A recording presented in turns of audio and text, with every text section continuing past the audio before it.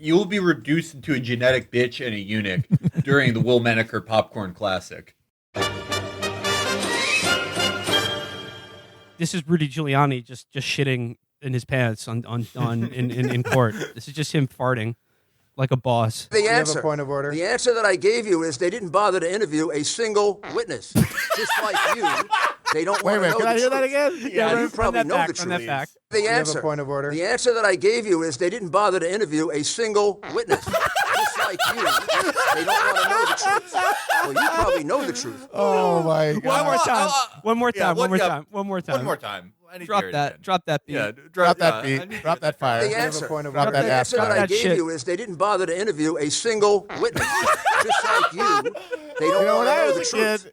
Well, you probably know the truth. Go on YouTube and add that in post as a bit. In 2020, they just do it for you right there on set. It's very helpful. I want to remind people again, because a lot of people listening to this are pretty young. You know, they were born in 2014. Yeah. This guy used to have like 98% approval ratings in America. He was briefly the pole position to be the Republican nominee in 2008.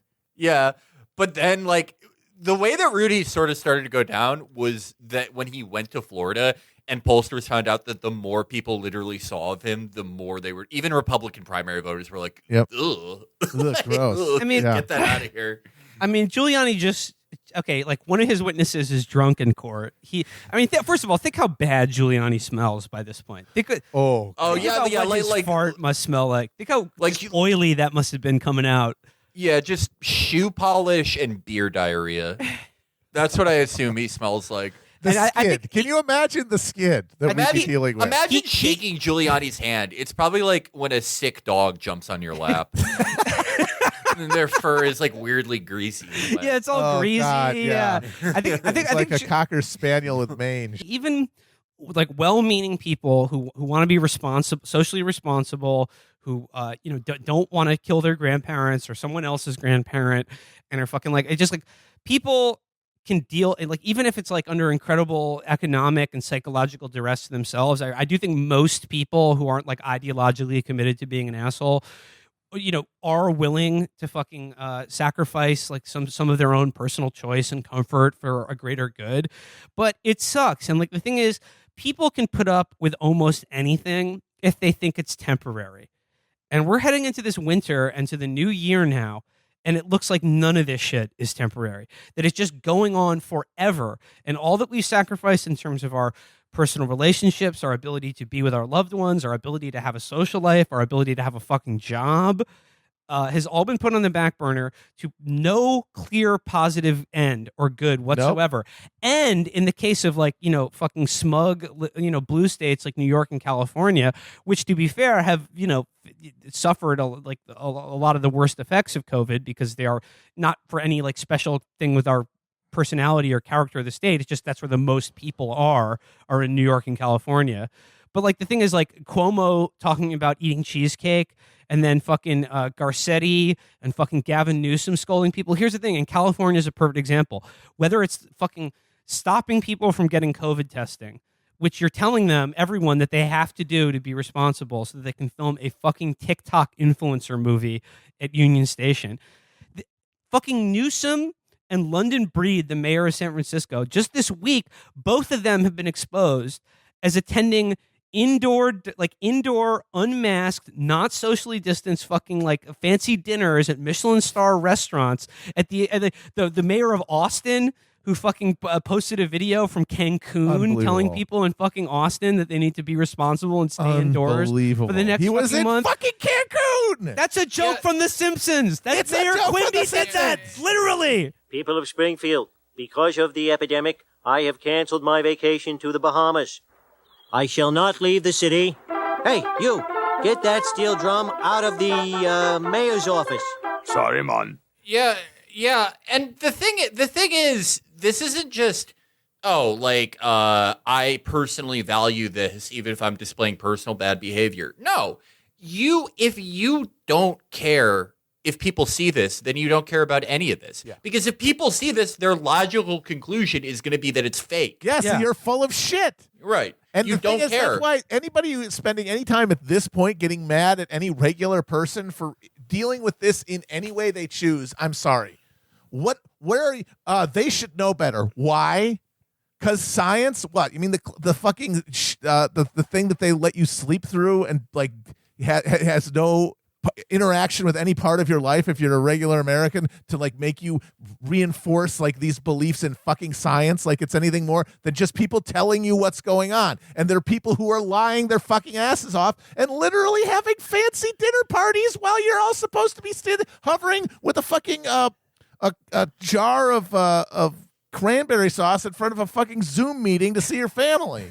They are so removed from the life of regular people. I mean, that's a cliche, but it's so true, and it's been so long. And more importantly, they're so removed not only from contact but from consequences that they just can't even, when they think, they can't even bring, oh, right, what will this look like to other people into the conversation because it never factors into anything. I was thinking about this yesterday. So, like, Fauci, obviously, you know, the fact that he became this resistance hero is disgusting. He's this, you know, just hack. And the defense of him is, hey, at least he's a professional. Like, he's a real epidemiology guy. Do you want a bunch of schmucks up there? But Mr. Real Epidemiology, Mr. Real Civil Servant that we're supposed to trust, spent the first 2 or 3 months, the most critical months of early transmission, saying, don't wear a mask, saying that you're actually bad if you wear a mask.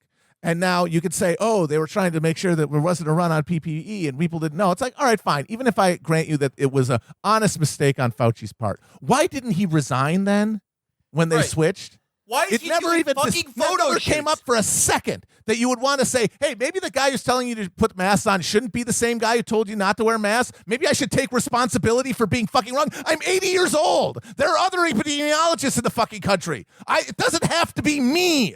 But for all these people, it has to be them. That is the one unnegotiable element. Whenever these guys want to talk about like what's needed, realism, pragmatic progressivism, real, experience in bureaucracy and government, the bedline, a fundamental ideology undergirding all of that isn't some greater good. It's that I am where I is at the center of it. I am inside the power structure. I don't have to watch. I am here, and then we negotiate from that position. I was thinking about Jamie Harrison. You know Jamie Harrison, the guy who ate shit to Lindsey Graham? Oh, yeah. Oh, right. I was thinking about how in his Twitter bio he says, fan of Marvel. I did not know that. No Democrat. And I thought all about the Democrats who are like, oh, we're like the Avengers, or even like Dan Crenshaw, who loves Avengers shit. It's just soy monoculture bullshit it's the safe thing to like. No one ever did that with Avatar. But you know what they did do with Avatar? People's middle-aged fathers wanted to kill themselves to be alive in Na'vi. People started questioning Empire. I remember my brother posted about this when I was posting about Avatar literally all weekend, that my mom and dad called him on the phone. You know, he is like an adult with a job. They called him in like 2010 and were like, you have to see Avatar. And my mom, who is like, I think, like in her late 50s at the time, was like, it's about capitalism, imperialism, power, racism. And then my dad just shouted in the background, it's about love. It did have an amazing effect on people. But the media consciously did not want it to be memeified. And it couldn't be memeified because it's too, you couldn't process, like, people like to point that out about Avatar. Oh, it had no cultural, long-lasting impact. Well, what is the actual cultural, long-lasting impact of other big movies like The Revengers? It's memes. It's easily digested little pellets of like things that replace your personality. The stuff in Avatar that's memorable, it's not like, you know, it's not guys in suits who do quips and do bants that you can repeat to your friends. Because Jake Sully is, as we'll talk about, sort of an intentional empty space in the middle of the movie. What the stuff that like is resonant, it can't be translated culturally, and so it just has to go away. Everyone saw it, and everybody fucking loved it when they were watching it, and they're lying if they say they didn't, because it didn't make that much movie. It didn't make that much money. A total new, not a licensed IP thing Everybody didn't see that movie and was like, that sucked. It's just that over time, as they, thought about it, and nothing could stick because there was nothing in the culture to like pick it up and turn it into anything. Yeah, and you can't see Avatar and love it and cry like I did watching again. I cried during parts of it. I never cry during movies or anything. I've cried twice in my life. Once when I was born, and the other time was when watching Avatar. You can't do that and then go on with your life. You have to make a choice. You're like, do I love Avatar and the message of Avatar and the world of Avatar? And as we'll get into later, the world of Avatar is just love. Yeah. We can live in Pandora. But, and then go, Obama's epic. Obama, who's not pulling out of the Pandora district of Afghanistan. Can you, like a Marvel, even, Avengers, for all their liberal peons, they're so Ken doll-esque, so shaved down, so smooth, that even our full-on reactionary like Dan Crenshaw can love them. But you can't do that with Avatar. You can't be like, I love Avatar and I want Tom Cotton to be president. No. But because both sides of the evil of Empire are represented as the bad guys in Empire in Avatar. I saw something today on Twitter that said that Chris Evans's portrayal as Captain America probably did more to rehabilitate the idea of America as a good place in the world than anything else that's happened in like subsequent time period. And you know what? There's probably some truth to that. But the guy who said that think that's a good thing. He thinks that's a good thing. He thinks that's a good thing. And the message of Avatar is like unlike the adventures, like this idea that the good people come together to fight on behalf of like the values that we as Americans hold dear to ourselves. The message of Avatar is that if you are a good person, you need to come together and destroy America and literally lay down your life in a violent revolutionary struggle against the American state. Avatar is telling you have to be Chelsea Manning. Like if you can't, you have to betray your country. You can't be a cog in the machine and feel bad about it, and that's enough. You can't be Martin Freeman, the soy CIA man from Black Panther. Yeah, you can't do that. And you know what? I remember when Avatar first came out, and it was phenomenally successful at the box office. As we said, up until Adventures, it was the highest-grossing movie of all time.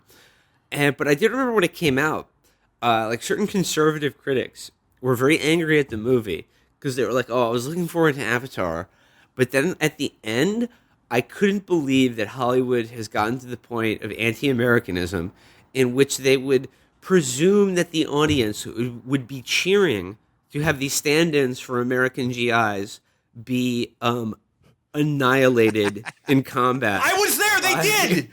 They did. People were standing up in the theater. People were standing up in the theater and rooting for the Viet Cong. Because we live in a bug, soy, whatever you want to call it, time, whatever it is, hell world, clown world, fucking whatever.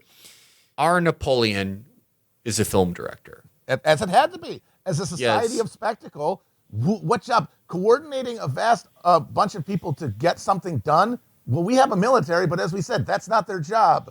Their job is just to keep fighting. It's not to win anything. If you want to command people to a goal and see it achieved, you got to make a movie. He is Napoleon. He is Alexander. He is Xerxes. Mm-hmm. He is the greatest administrator in North America. Yeah. And I think back, again, we talked about it last episode, how when we talked to Naomi Klein, she said, I don't know what can make Americans care about imperialism. It's right in front of us. It's true. It's right in front of us. And the thing, Avatar isn't, at the end of the day, it's not Dances with Wolves, or it's not any of those horrible Hollywood guilt pieces that they made in 2006 and 2007 after they booed Michael Moore for talking about the Iraq War at the Oscar. Suddenly, we feel bad. Here's a movie where Matt Damon is sad in Iraq. Yeah. No, it's not that, because they're all about defeat. Because the left in this country wants beautiful defeat. Yep. Because they have accepted at a deep level their powerlessness because of their comfort. Our comfort is attached inextricably to this machine. There is no way that you can imagine sustaining yourself outside of this system, and so you have to cling to it even as you hate it, and then you have to just watch culture that like allows you to sort of sublimate that feeling.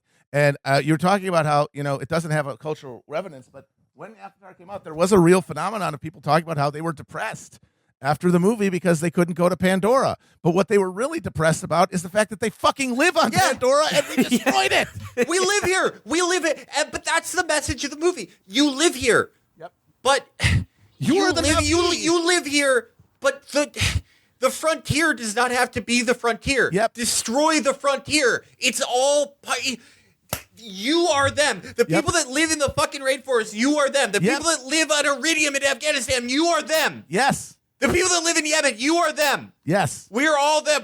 There's no world tree physically there, but we're all them. Destroy the frontier, destroy the empire, and we will realize that we are all on Pandora together. That's it. That's it. We're trying to save humanity like James Cameron, and you're angry that your dick isn't big enough in the Cyberpunk game. Yeah, you are. Yeah, everyone who's like, actually, it's childish like Avatar. They should watch my favorite anime, and it's about a middle school teacher in Japan who gets turned into a caterpillar who lives in women's blouses. That's real anti-imperialist art. Shut the fuck up. I'm not going to read any book or movie recommended to me unless it's by 4 people, and those 4 people include Will, Matt, Andrew, and one unnamed party. Shut the fuck up. You don't know anything. Your taste in media is awful. The only movies you like are like just childish escapades, cartoonish affairs, childishness, childishness. There's a lot of childishness out there on the timeline, and like childish I said, affairs like Parasite, which I haven't seen and don't really know what it's about. Yeah, sorry, Fuck you. Hamilton is more anti-capitalist than Parasite. Deal with it. I'm sorry. Avatars? It is. You have to deal with that. Just sit with it. Yeah. Do I know who's in Parasite? Do I even know what it's about or what happens? No. Am I going to find out? No. You don't need to, dude. I saw it. Don't worry about it. Avatar's all you need. There have been new developments in the saga of Melissa Carone. I mean, there was another detail of her story that came out that apparently also she had once worked as a dancer at a strip club named after the Bada Bing from The Sopranos. And you know what I'm saying? Like, I don't want to just like, this isn't just comedy material because she used to be a stripper. Like, no, like that's cool. She is fucking cool. Yes. Not only that, it was a place. The Baudrillardianness of this is so amazing. So it's a strip club that was named after the Bada Bing that was actually a mafia front. Mob guys, just like the mob in the 70s watched Godfather and decided, yeah, we do that. That's what we do. Mob guys in the early aughts watched The Sopranos and said, yeah, that's a great name for a strip club. Because this place where she danced, apparently there was a bunch of criminal incidents there, including one in which the manager and a bunch of other guys tortured a dude in the basement. Jesus Christ. That's... Well, like, again, we don't know what he did. Maybe he owed them money that they wanted. Yeah. Maybe he owed them money. No, I'm going to assume that they had a reason. They just pull him off the street. He owed somebody money. He ripped somebody off in a deal. I mean, that is the law of the street, and he violated it, and they took him down to the basement of the Bada Bing. Matt, I like to imagine mafia guys watching The Godfather for the first time. They were like, what? We can sell heroin? What have we been doing all this time? Wait a minute. Our fronts could be strip clubs? We got to launder money and look at boobs at the same time? I've been hanging out in this fucking grocery store for the last 10 years. What the fuck? Like the asshole in Casino talking to his mom. What the fuck? When the election was going on, and you intimated or advanced an argument that it's not worth voting for Joe Biden, or it's like it's not worth actively like granting your consent or like help to this Democratic Party and their nominee. It was just like, oh, pretty easy for you to say as a white guy. Why don't you think about all the marginalized people and black people who are marginalized people don't vote. The most marginalized people in this country don't vote. And now they're repeatedly and people repeatedly just make it seem like the only people that don't vote are just The bros. white trust fund kids. Yes. Even though it's the complete fucking opposite. Yes. It's the complete fucking opposite. Voting is as much of a class signifier in this country as Absolutely. anything is. You vote because you are invested in this, and those differences that are real between governments by Republicans and Democrats, that difference that you say is so important, and it's too important to let a privileged bro sit it out. The more marginalized you are, the less you feel it. The more what you actually feel is the undifferentiated bipartisan infliction of misery that is unrelenting and doesn't change depending on who's in charge, and is why you don't fucking think it matters to vote. Because you have a clearer understanding of how politics works in this country than somebody who has deluded themselves into thinking that narrow range of options that you get that differentiate a Republican from a Democratic administration are worthy of your emotional investment and your time and money in the political process. Somebody who was immiserated by NAFTA or just left in the lurch by Bush-era fiscal policies or Obama-era fiscal policies, someone who lives in Flint, any of these things, they have a greater familiarity with the consequences of politics, this person who does not vote, than someone who just made themselves mentally ill by watching cable news. Yep. Who had the privilege to sit there and watch this shit until their fucking brain turned into scrambled eggs. And their number one issue during the election was, I don't want the news to make me feel bad. Yeah. John Ossoff, on an infinite timeline, he will raise $1 trillion to become head of the North American Union. Yeah. And lose to an anime pillow. Dan Crenshaw is the fucking worst American. Because he's a synthesis of the two dominant strains of American culture, which is like Joss Whedon soy superhero bullshit, and then like Islamophobic coffee companies for guys who like drove into a TNT laden ditch in Afghanistan. Like the two things you can be in America if you're a man under 35 are that, and he didn't choose. He's both things, and they both fucking suck.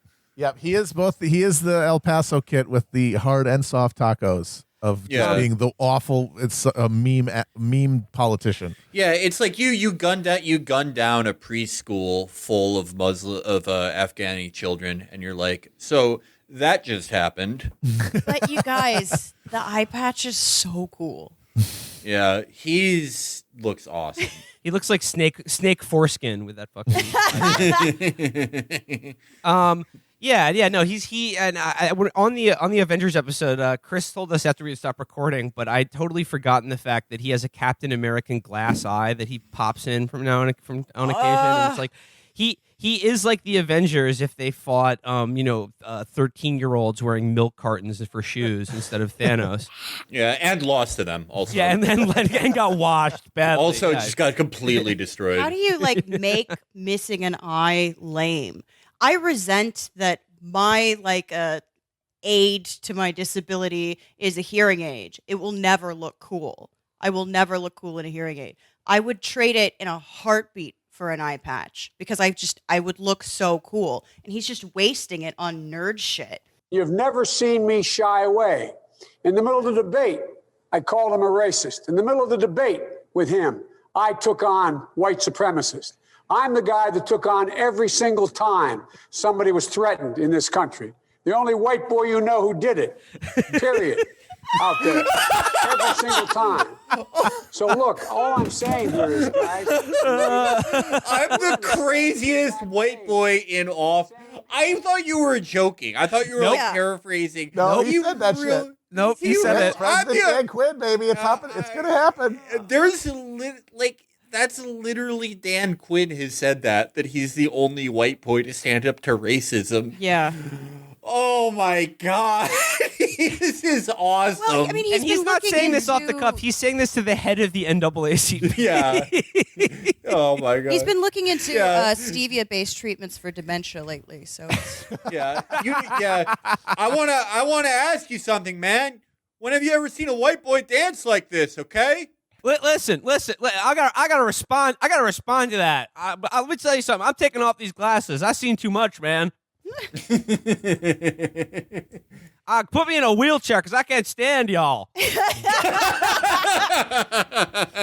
Joe Biden is right to tell these people to kiss his ass. And like, what were they expecting in the first place? Yeah. They all knew who he was. They all went all in on supporting him, and forget supporting Bernie, but and literally any other candidate. They all fell in line because Biden was the Democratic guy. Like, he was the pick. It was always going to be him. And they were like, okay, well, we better get on board for this. And then now it's just like they think that they can be like, oh, please give us could you please appoint a black person to Department of Transportation? And he's like, no, man. I gotta go. All the brothers at the barbecue shop I go to. Listen, man, they don't care if a brothers at the Department of Association. They want, listen, man. Listen, I was the first white boy to buy a jug of molasses. Okay. You try to tell me? You try to tell me who the fuck I am? Listen, before I tell you to tell me who you are, you got to think about what you are. We can do jumping jacks right now. Take your shirt off. Let's compare. Well, that's the thing. So they both come into this conversation, Johnson and Biden, unable to speak the truth that they both know or have forgotten in Biden's case, which is that there is no more pressure that can be placed on Biden from anyone within the movement, the NAACP, or any other organization. They can't make him do anything he doesn't want to do. What Johnson wanted from him was just give me a little pro forma, ritualized. Give me something to take back to my people. Yeah. Give me something I can take back to my people. Yeah. And Biden, but what Biden wanted was fucking. Kiss the ring. He wanted his ring kissed. He wanted gratitude. He wanted him to validate him as president. And in public, neither one of them could do that. And so Biden just got fucking pissed because he wasn't giving him what he thought he was due. And that is very instructive that all of the stuff he points to that show him to be the white boy of the century who's going to save black people boils down to, I said this, I said that, I said the thing about Charlottesville. What more do you people want? Which is, this was like Trump, and that's very much like Trump, and that because his brain is decaying, he is saying he's saying the thing that you're supposed to be subtext, which is that's all I was ever going to do was say some shit. Yeah, I do wonder how many times he did say "you people." Yeah, seriously. Like if you have a doctorate of whatever, it's literally, if you are a professor, only in formal emails from support. There's no context in which someone with a liberal arts or whatever PhD asks to be called a doctor unless they are an utter freak. And my theory was that actually this was just Joe's pet name for her. Because he's like, you got a PhD. Hey, Dr. Jill Biden, making me some eggs today. Because doesn't that sound like a thing that he would do, Oh, absolutely. And it's kind of cute. He calls her Dr. Joe Biden. Yeah. That's a big part of the story. He's always, again, if you've watched any Biden rallies, he's always saying, my wife, Dr. Joe Biden. So, the guy in the article got that wrong too. But this is the equivalent to when liberals during the Trump administration would post hey everybody, let's get Donald Trump sodas trending today because he dropped a soda on the ambassador's lap or something, one of the mindless controversies. And I would always be like, this is so fucking lame. Who would ever be threatened by this? And then you would go to a QAnon person's page and it would be like, we have to kill these dangerous pedophiles before they kill us. Look at what they're doing. And this is the equivalent because it's this is so lazy. This is just a very base, lazy attempt to offend the biggest part of the Democratic hyper media consumer base, which is upper middle class older people with useless fucking PhDs who demand you call them doctor. Yeah. And it's when I saw it, I was like, "Oh, who's gonna get offended by that?" And everyone, of course, everyone on Twitter is I listen. you fucking asshole. I have a PhD in John Green novels. How fucking dare you? I paid $380,000 to have a degree in human sexuality. You fucking cocksucker. Can we get a clip here of the critic saying, I have a PhD in film? I'm Kareem Abdul-Jabbar, and this is Little Knothead. This is so demeaning. I have a PhD in film. I mean, Fuck you. Yeah, like their guy lost the presidential election, so they're smart enough to realize that all their juice in the next 4 years or so, and their political success, depends on squeezing this particular fucking lemon, and they can't do it without a dance partner. You know what I'm saying? And like these guys, they just they fall for it every fucking time. Yeah. well, I They're mean, easy. it's like they don't have anything else they'd want to talk about either. I mean, like it helps them because, hey, we're talking about this. We're not talking about the fact that, this is that what is coming into view will be an administration that in no way will be defensible on any access if you're even making even vague gestures towards supporting progressivism, even mere progressivism. So why not talk about Dr. Jill Biden and her fucking PhD for the next 4 years? I saw the greatest. This caused me to see the greatest post of all time yesterday. It was someone saying that there should be an 1 million woman with PhD march on. Didn't we already have the fucking pussy hat march? Like, wasn't that The their PhD ranks were highly overrepresented there? The PhD march is like the best shitty idea I've ever read. I don't want to make it sound like I'm over. Like, this is just like some random person I found. They're not like anybody. Like, they're not like a famous journalist or anything. But it's like, it was so funny that it's like, yeah, they would look really bad if you did that. Like, yeah, I know. You'd sure show them. You would own them. That would probably be the least popular march in American Oh my history, God. right? Like, that would... Yeah, it would really take the heat off of Antifa. Yeah. Oh my God. But no, yeah, that's the thing, is the people who freak out about this, it's like, I think some of them, they're not all of them are totally stupid. Like, a lot of them know that they're just keeping this awful Ouroboros going. Like, they react to the thing that the Epic Republican said. The Epic Republican says more things. They go, you, sir, have little dick energy to 100,000 retweets. And it keeps going forever, but they will never stop because, A, that's all there is. That's the only thing America can make are these news cycles. B, it's the only thing that makes them feel good, just reaction to their reaction. Mm-hmm. And C, at a certain point, your job can depend on this. Your job is to be like a liberal reactor. It's the same thing as being those YouTubers who are like, Minecraft player reacts to home birth. It's the same shitty culture of recyclables everywhere. Yeah, they're just plugging things in. Yeah. The real smart move, the kingly move, the galaxy brain move is to comment on the libs and conservatives arguing like us. Yeah. Yeah. That's the way to do it. That's the kingly move. Yeah, that's what you call the Statler and Waldorf model. And frankly, it's way more fun for everybody. Absolutely. Yeah. And it's not premised on a lie that this is going to do anything. Yeah. No, yeah. Well, we know we're just talking shit. Yeah. Yeah.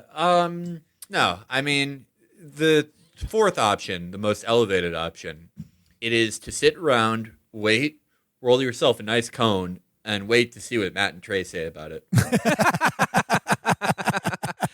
And then you seek media that will reflect and validate that emotional response. And then that stands in for action you can't take You guys. in the guys. real world Oh of my politics. God. Holy shit. I told you.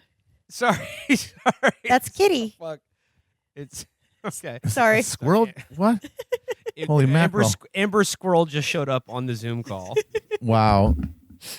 She's great. Sorry. Politics, they're very important. Yeah. I mean, most people don't want to, I guess show trial is not the right word. Most people don't want to, a grand reveal. They want politics to happen. They want, politics for most people is a means to an end, not, an identity or finding out which side you're going to be on. That's like a media thing. That's like a weird cultural thing. Like, and I think the good news is, I mean, not to be too much of a downer, but like people, normal people broadly do support Medicare for all. So that's the most important thing.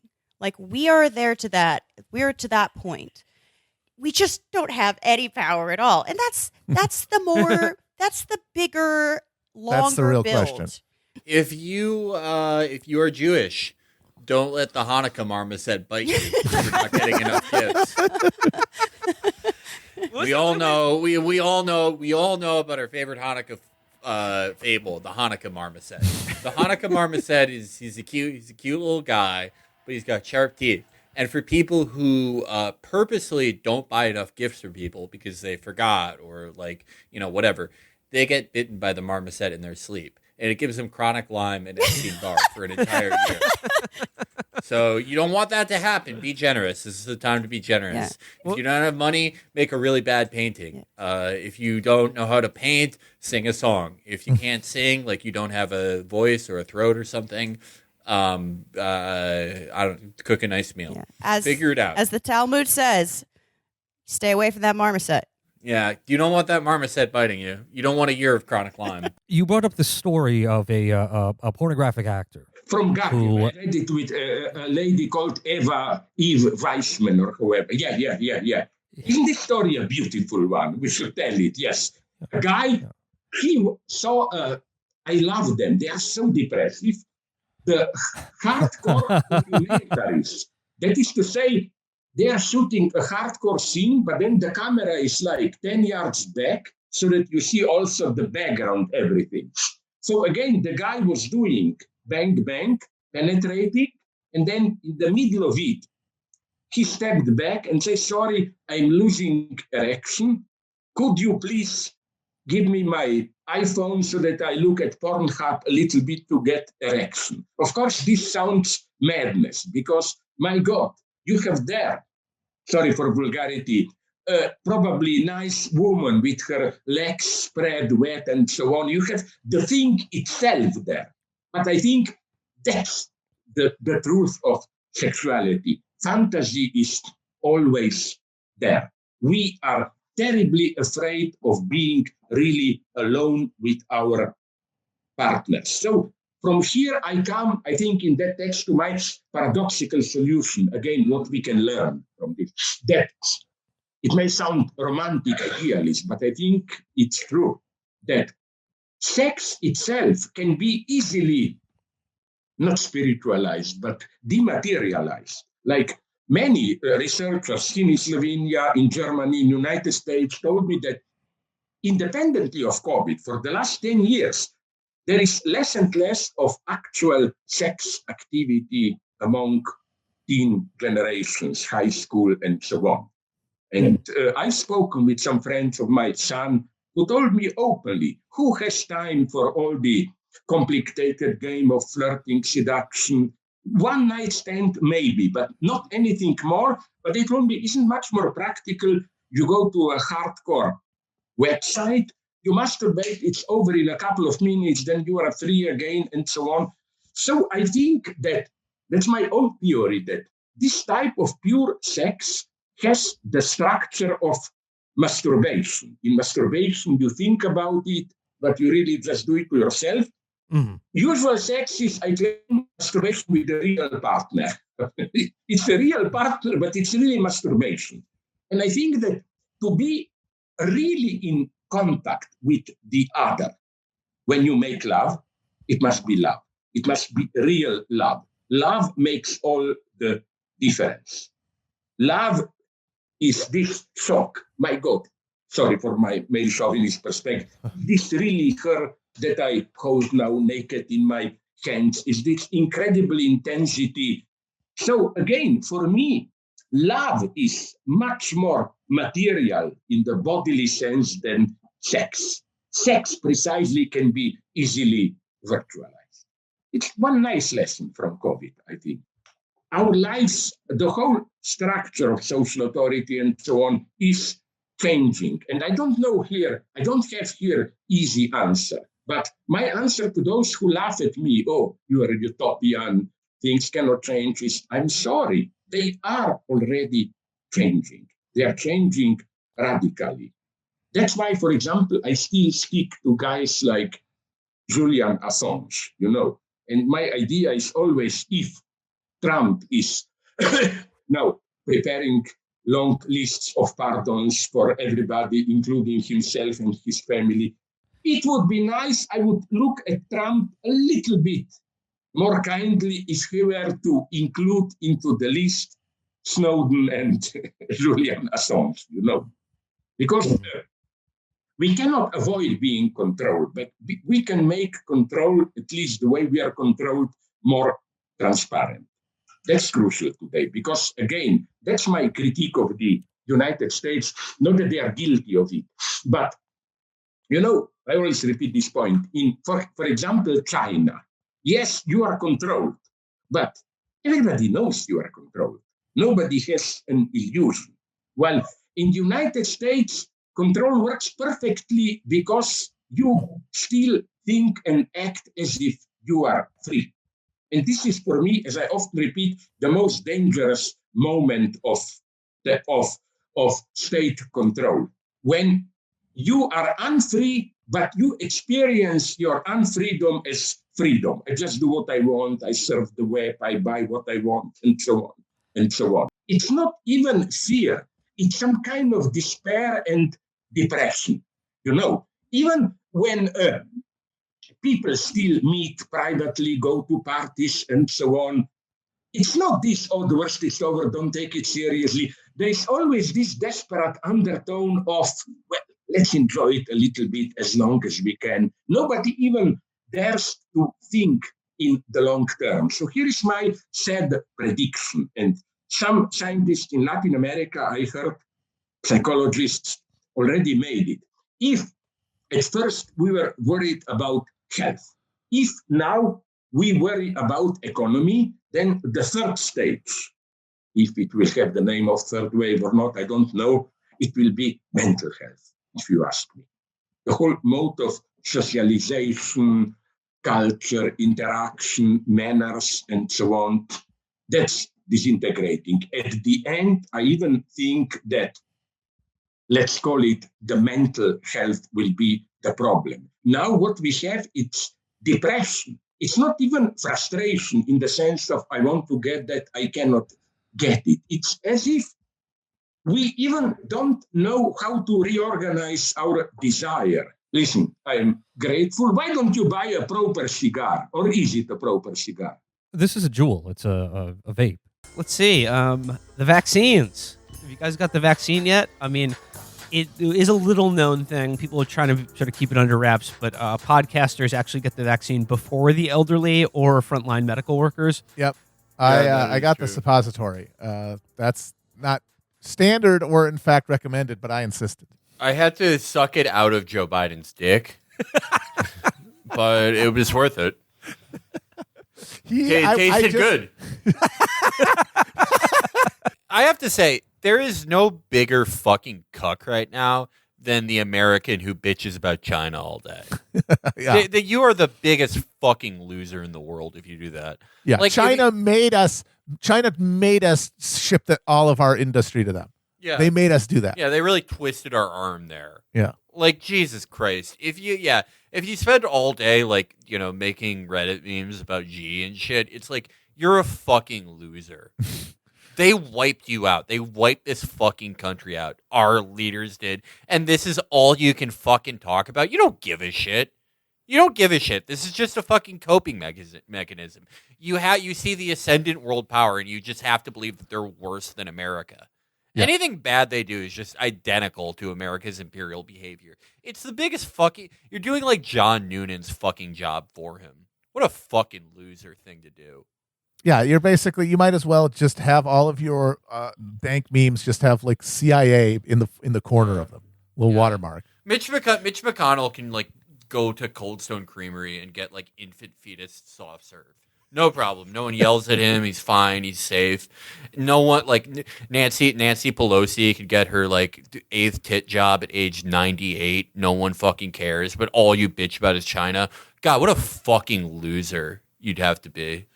the stuff you watch changes your fundamental like behavior, outlook, and everything. If it doesn't, then why the hell do you care so much? And so it has to. And so Obama, he must not get it. He must be looking at it like through a camera obscura to miss all of the incendiary anti-corporate and anti-neoliberalism to be found on Amazon's The Boys. Yeah, Obama is not smart enough to read Preacher. Not the way I do. Yeah, I don't know. The smartest comic book of all time. Yeah, Obama could never read Penny Arcade.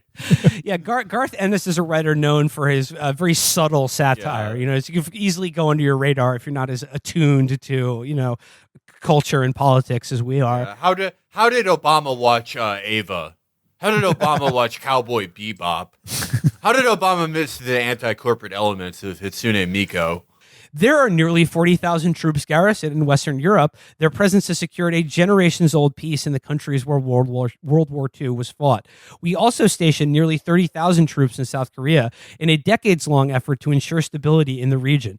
Despite episodic violence and metaphorical saber-rattling, no one would argue that these wars are ongoing, and most would concede that our presence has provided a much-valued source of regional stability that has made both the world and America safer and more prosperous. Yeah, that's why. Absolutely. That's why no one wants, like, everyone in the Korean Peninsula just wants us fucking gone because of how much peace we're providing. That's why we're stationed everywhere, to ensure peace. It's not that this is just a fucking protection racket. I love the idea that our 30,000 troops in Germany is what's keeping that government in power. You know what I'm saying? European peace is not just shared economic interest and the cost of the greatest war in human history. It's us. It's a GI drunk driving to Eminem's Relapse and running over three guys in lederhosen. It's so fucking. Did you see that thing today about how the Pacific Islanders are finally going to be given Medicaid because we gave them radiation poisoning and cancers and all these things because we blew up about 1,000 H-bombs. Testing nukes in their home. This place on the other side of the world that we decided was our home now. We used it just as a staging ground for weapons that should not exist. We gave these people fucking illnesses they had never had before. And then we said, hey, we'll give you shitty fucking Medicaid. And then during the 96 Welfare Reform Act, it just wiped that out. They said it was an accident, sure. And then now 25 years later, they're finally giving it back. That's what imperialism is just... It's going to someone's home and making their life worse in ways that they never fucking imagined. It's you're not ensuring peace. And then 70 years later, allow them to claim Medicaid benefits for the fucking generational cancers and diseases caused by like I said, several hundred H-bombs exploded in that part of the fucking planet. Yeah, that's what our business is. Our business is not. This is the most. Not only is it wrong, it's just so fucking pompous. It's so fucking pompous. If a war broke out in Western Europe between, Germany and France right now, what do you think the U.S. military would do? They'd be making TikToks and then getting fucking obliterated by Gladio-era Davy Crockett stashes. But also I like this idea that hey, we stationed all these troops in Germany after World War II, even though the war, no one would say that war is over. It's when we did that, the Nazis didn't still control 30% of the country. Well, we know. We put them back in charge. That's why that's true. That's why they didn't also fight true. us. Yeah, they didn't you're right. fight us they ended up because we just said, here, you're in charge now. Whereas we overthrew the Taliban and we won't let them back in charge. Yeah, you're right. It's just unlucky that no Taliban guy knows how to build a new type of rocket. Or we don't need them yet to torture people. No, you're right. I guess that was a wrong example because it turns out they were still controlling half of the country. It was just called West Germany. Yeah. Same thing in Japan. Same thing fucking everywhere after World War II. Yeah, we took the defeated militarists and fascists and we just changed their job titles. That was pretty easy. The troops are just there to fucking pad the books. But I love this idea that, our presence has proved a much valued source of regional stability. Yeah, we all remember that famous part in the Iliad where Homer wrote, "Sing to me, muse, of the rage of Achilles," and how it provided much needed regional stability in for the city of Troy and its surrounding city-states. It goes on here. It says, Buttigieg writes an op-ed in the New York Times about vacationing in Troy. I've been. There were two ideas I've been laughing at recently. One is it has nothing to do with this. It's just the idea of a predatory gay Chelsea art dealer, but like this guy in Hillbillyology hits his head working in the mines and comes out thinking that he's that guy, even though he's never left like Kentucky, and he's just like walking around and he's like, I heard Stan Cher's daughter bid the farm. makes sense because she's a cow. Oh, I'm such a bitch. Where'd you go, honey? Vassar? Oh, yeah, you put on a big show with your crop tops, but you're afraid of putting out because of what your Goyle friends might say. And he's just a guy who's worked in the mines for like 50 years, and they're like, yeah, no, he hit his head, and he's a guy named Lou Perltzman, who's 83 years old and lives in Chelsea. So that just doing that voice and hurting my throat has been making me laugh. And then the other thing that's I've been enjoying is thinking of the shittiest speculative fiction books ever. And one of them is my idea for a book about if Tom Daschle won his re-election in 2002 and writing a 900-page speculative fiction book about that. Well, this is Elliot Ackerman, who is the author of the novel Red Dress in Black and White, and the forthcoming That's awesome, man. 2034. Elliot Ackerman. I felt like 2034 years went by reading it. We're doing it again. We're doing a Christmas special for on Thursday. We're all very excited. It's going to be great. This was aborted last year because we didn't give ourselves enough time to write the fucking thing. But thankfully we had to go to the stupid UK to try to save it from itself. That worked out great. It probably made things worse. If we're being honest. No question. You don't like flying, do you? No, I just more think about like how pissed I would be if everyone on the plane died and I wouldn't be able to save them. I understand that, but you don't want to know the secret of successful air travel? Listen, after you get where you're going, you take off your shoes and socks, take out your little telephone, you take a picture of your feet, you wriggle them little piggies around, you post it on social media under the hashtag #TravelFeet, and you walk around on the rug barefoot and make fists with your toes. Now, young man, it says here she's on the 30th floor at the Christmas party. Now, if you just go down to our bank of oldest elevators, push the button which shows the arrow going up, which is the direction you want to go. We're in the lobby, but you just want to go up to 30. Push that button, wait for the door to open, walk inside the elevator, then push the button for 30. I can't stress how important this is. If you push another button, you won't go up to where you want to go, see? Wait as the elevator moves upward, then when the door opens, and this is where a lot of people mess it up, you have to go out of the box that you were just in. So, buddy, if you don't want to come and back down and we'll do it all over again, you have to get out on the 30th floor.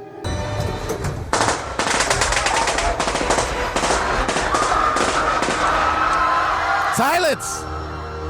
Due to Data for Clout's long history of doing a racism, doing an imperialism, doing a nationalism, doing a xenophobia, doing white fragility, doing a weak apology, and doing a no growth, Data for Clout has made it abundantly clear that you don't even understand the intersectional nature of the multiplicity of your offenses, and it is about to be taught a lesson in real power.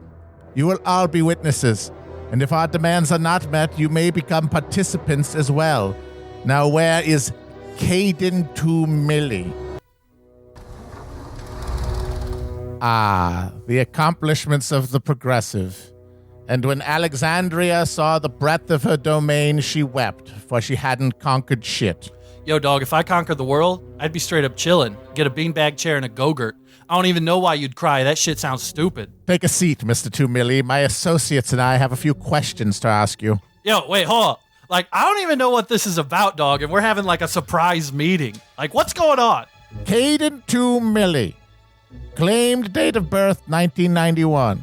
Actual date of birth 1974. Come on, man. Supporter of Elizabeth Warren in the 2020 presidential election. Author of the 20 Dopest Democrats to Watch 2016 through 2020. Widely regarded to be the mind behind the Abolish Homework movement. Investor in 500,000 unsold Kristen Gillibrand Funko Pops.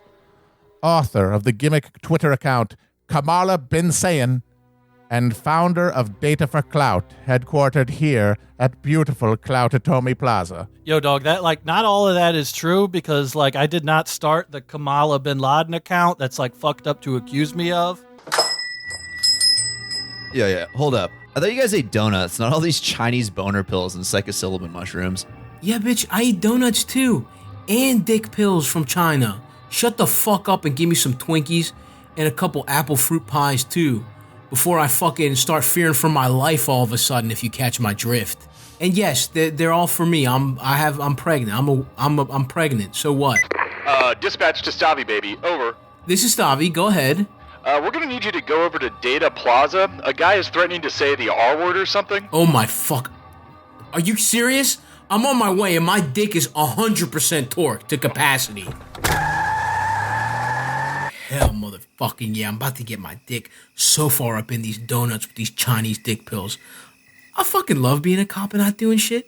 Sitting in my car, smoking weed, looking at some titties on my phone. Time to send a dick pic to a mentally ill woman on Insta. If she doesn't reply, that's a fucking felony. About to have to do a wellness check over on that bitch's apartment. Ah! Fuck, they're killing my eye! Fuck! This sucks! Fuck! Adam, Nick, this is Officer Stavi. I'm at Data Plaza, and I'm under fire. They're turning my car cheese into Swiss cheese down here, bro. Fuck! Send everything you got. SWAT, EMS, girls with septum piercings that make infographics. The team we use when we know there's a dog in a civilian residence. Fuck! Yo, this is Sergeant Stavros of the Los Angeles Police Department. If the person who radioed for Beyond Burgers can hear me, just fucking hit me back, bro. I'm trying to talk. I'll read you, Stav. Is this the guy in the car who I nearly killed? Yeah, dude, that was not fucking chill, to be honest, 100%, but I'm still here, and I need you to identify yourself.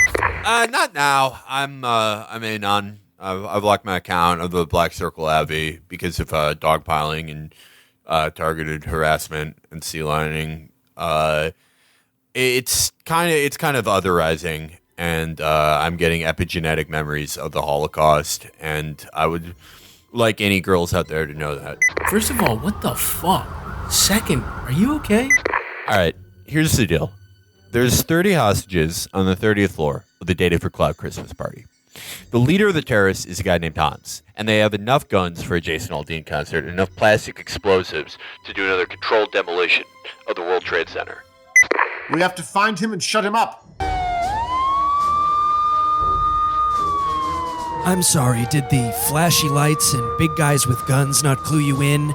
We're doing the SWAT thingy, because crime.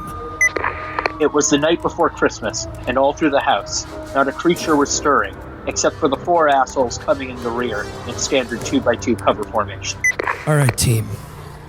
Move in. We're moving in now? We're moving in now. They're shooting at us? They're shooting at us. They've got rocket launchers? They've got rocket launchers. We're pinned by overwhelming force? Yeah. We're pinned by overwhelming force. My body is riddled with bullets and I'm dying in excruciating pain? Yeah. My body is riddled with bullets and I'm dying in excruciating pain. Are we on then? We're broadcasting? All right then. This is Matt V. Brady, Hemsworth Brother correspondent for ANN, the Australian News Network, reporting live from the Data Plaza building. Los Angeles has now joined the ranks of Sydney, Melbourne, Perth, Adelaide, Brisbane, Hobart, Newcastle, and the grim fraternity of cities affected by the Apex Gang and their terrorism. We have received reports that the Apex Gang terrorist leader Hans Christman was a radical member of DSA Motivate Caucus but was expelled for being a sex pest. Viewers will of course be familiar with the Apex Gang, a Sudanese-Australian organisation that had humble beginnings as a graffiti tag for immigrant children. Now it seems that under Christman's leadership, the Apex Gang is moving into American turf in a big way, and it's hard to imagine how American organised crime will deal with these ruthless gangbangers who will snatch your fitted cap off your head and play keep away with it for minutes and minutes at a time.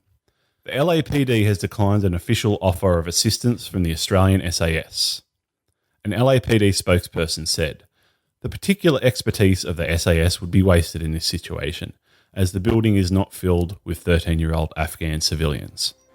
We will have more on this situation as it develops, along with any Hemsworth brother breaking news. But for now, it's back to you at the studio. Oh, good. I love when terrorists have demands, said nobody ever. Now I'd like to turn it over to our Senior Undersecretary of Terroristic Demands, Bad News Hughes. The following demands are not negotiable. Number 1, our comrades in arms must be released from prison. 7 members of the Wexit Liberation Front, 5 leaders of the Maoist Internationalist Movement, and 9 members of the Democratic Leadership Council. Number 2, you must agree to remake HBO's Band of Brothers, but this time our comrades get to play all the cool parts, except for Lieutenant Winters, who must be played again by Damian Lewis. Number 3, a helicopter to take us to the airport, where we will be given safe passage to Zimbabwe. And finally, an end to Christmas cheer forever. Thank you. Not so fast, Mr. Biederman. You killed my brother, Tony, of Nosgard. Wait, you're the Carlo of Nausgard? Yeah, I financed my career as a melancholic novelist by doing international terrorism. Oh my god, you're amazing. That part in your book where you spend 100 pages describing going to your brother's birthday party and feeling nervous because you thought the beer in your backpack had gotten too warm, but then it not being a big deal, but then wondering how much of your life you wasted worrying similarly. I fucking felt that. Thank you, by the way. I've never heard my work so eloquently praised. No, man, I'm not going to lie to you. I know you're here to kill me and take the detonators. But I'll have you know I already set the charges because I was bored and boredom is my struggle. We are 2 kindred spirits, separated by an insurmountable chasm of humanity. Yeah, no, let's blow up this roof together. It will be a welcome intervention in the crushing banality of existence. Sit down with the president this afternoon for a lunch. Felix, it's me, Carl. I'm still alive. And I feel more invigorated to write the next volume of magisterial series. Oh! You're owned, bitch. Stop. You just killed Carlo of Nausgard. He's the world's greatest living writer. I think you mean Carl Sucks Knobsgard. I don't give a fuck about that motherfucker. Hey, my dudes. It's been, a year to say the least. We almost didn't make it out. No thanks to a fascist genocidal coup attempt and a gotta hear both sides media. After all, we had world-renowned doctors like Dr. Antonio Fauci prescribe lounging on a sectional while eating Grubhub and watching Tiger King. Side note, what the actual fuck? As a healthy choice this year. And they were right. Yeah, 2020 was the guy who comes to the party and demands you start listening to Minor Threat and reading from Infinite Jest. But like Elizabeth Warren exploding in the twilight of her run for the presidency by Gangsta Check and Mike Bloomberg, there was a huge bright spot at the end. Patty Jenkins's Wonder Woman 1984. I'm usually not a fan of action films. I find they're usually a morality tale about how just the right amount of toxic masculinity is what will take down a corrupt system, a la Shooter and Equilibrium. Or overly violent snoozers made for Brads and Bradens to high-five each other over. But this is different. Not everyone will get it. Some disgusting men who have memorized several perfect measurements for women and rate them on a 1 through 10 scale will say it's about how a 4 can't pretend to be a 7. Others will claim it's the reptilians and the Bilderbergs normalizing what GMO foods do to women.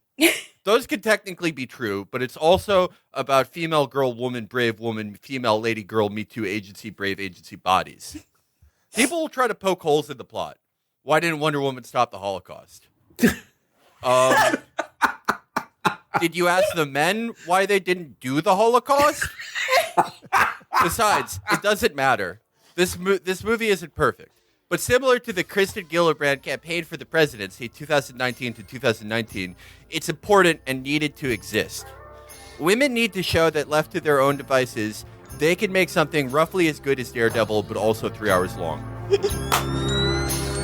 Before foiling their crimes and beating them up, she takes off her sort of her headband and throws it like a boomerang around the mall so that it takes out every single security camera before she, enters a kinetic situation in a public space. Yeah, that's old school. That's Linda Carter, by the way. That was the Queen, yeah, original Wonder Woman. That was about revenge porn. I thought it was more like a cop turning off his body camera. Yeah, that's what I was going for. No, it's actually the opposite of that.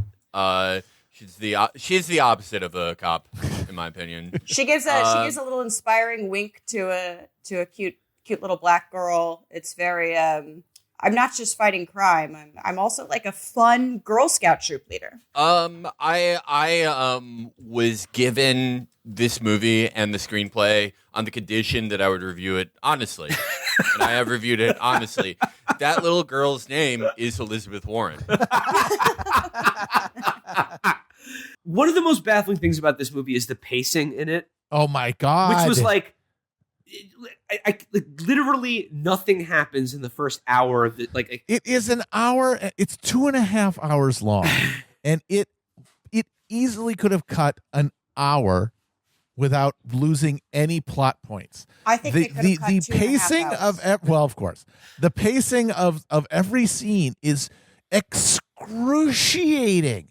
It's just the things that they show the people doing are the kind of things that are generally you find in like 80-minute movies that cost like $50,000, where they realized halfway through shooting it that they didn't have enough material, and so all right, we're gonna have a lot of shots of people walking into offices. That has all of them. All of those shots are in here, and it's like what is the thought behind this? It seemed to actually switch like what we were watching, like how drastic and weird it was when they were having the girls' lunch and talking about like boyfriends or whatever. I was like, are we watching 30-something now? Okay, so this was this again telling on yourself. They were replicating the pacing of someone, your girlfriend, describing her day at work. Oh God! Oh God! And I like that. I think oh that's my good. God! Oh God, Felix! Oh my God! That's the most misogynist thing. That's the most misogynist and true thing anyone has ever said on the show. Oh shit! That's amazing. Oh God. That's exactly what it is. And then I met this new girl, and like she's kind of boring, and I think she's like obsessed with me. Oh God, Felix, you figured that out. Okay, so yeah, there is another villain, and it's Pedro Pascal's toxic masculinity, because he's too into the toxically masculine aspects to be like a self-made billionaire like Lori Powell Jobs or Mackenzie Bezos, and he's like thinks he's too good to work hard like they did.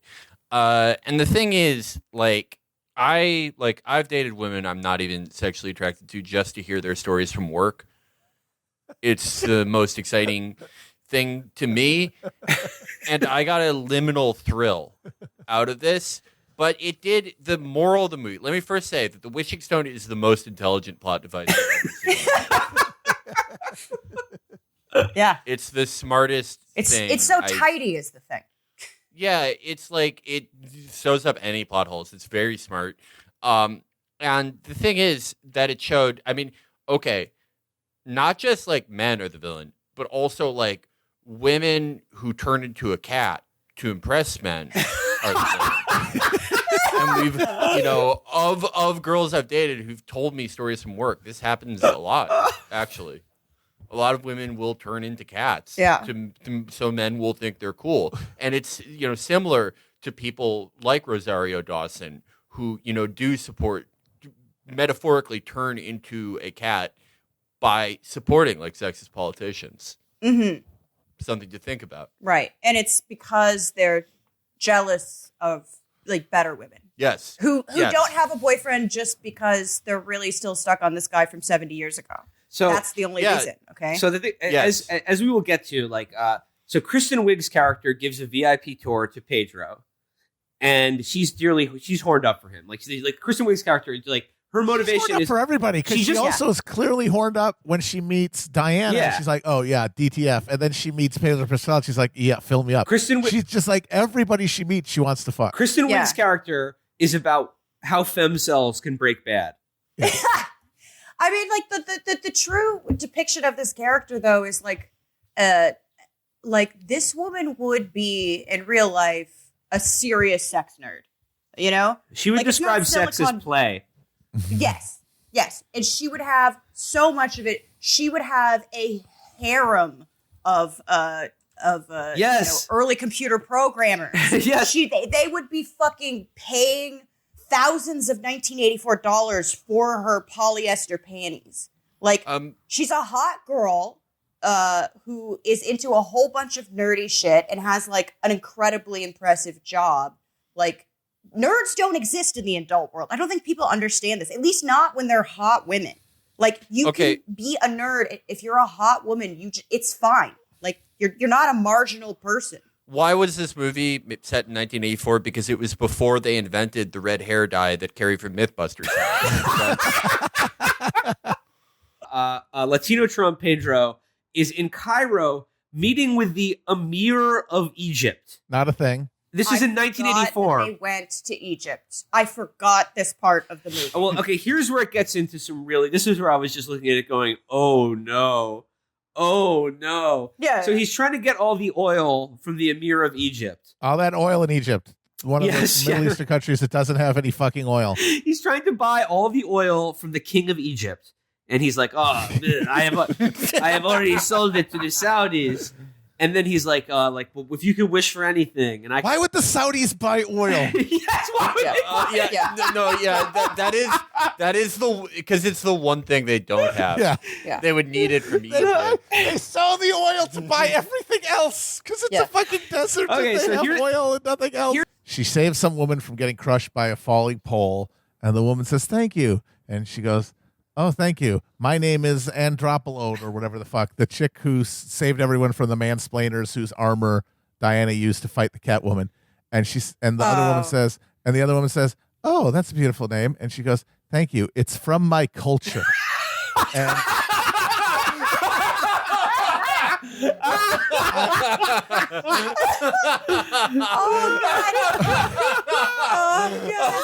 I love that because it really does remind you that this entire movie was written with predictive text.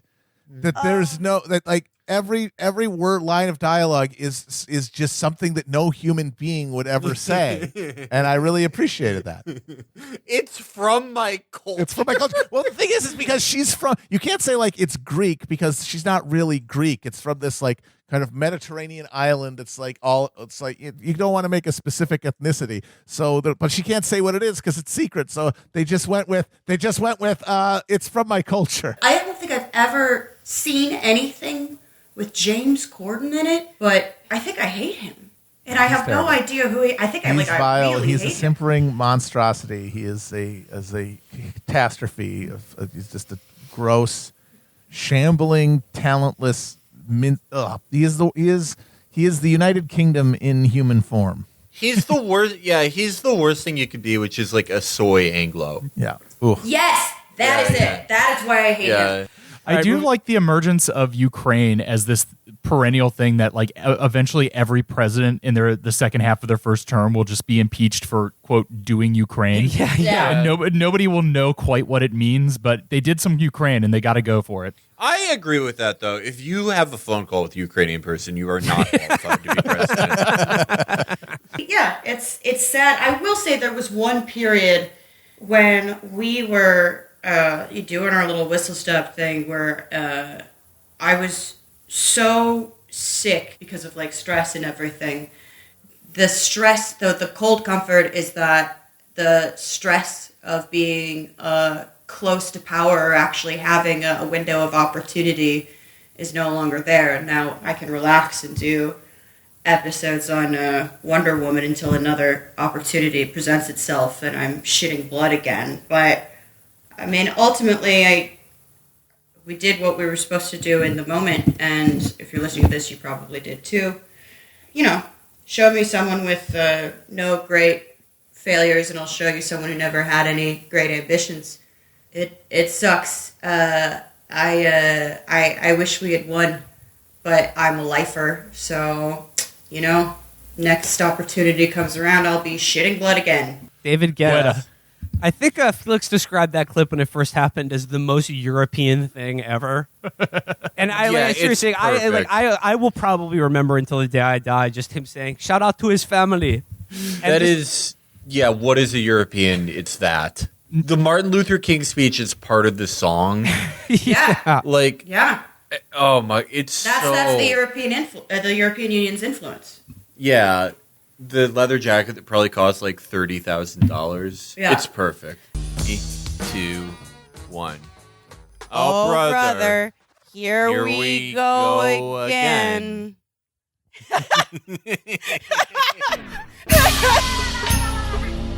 Yeah. Okay.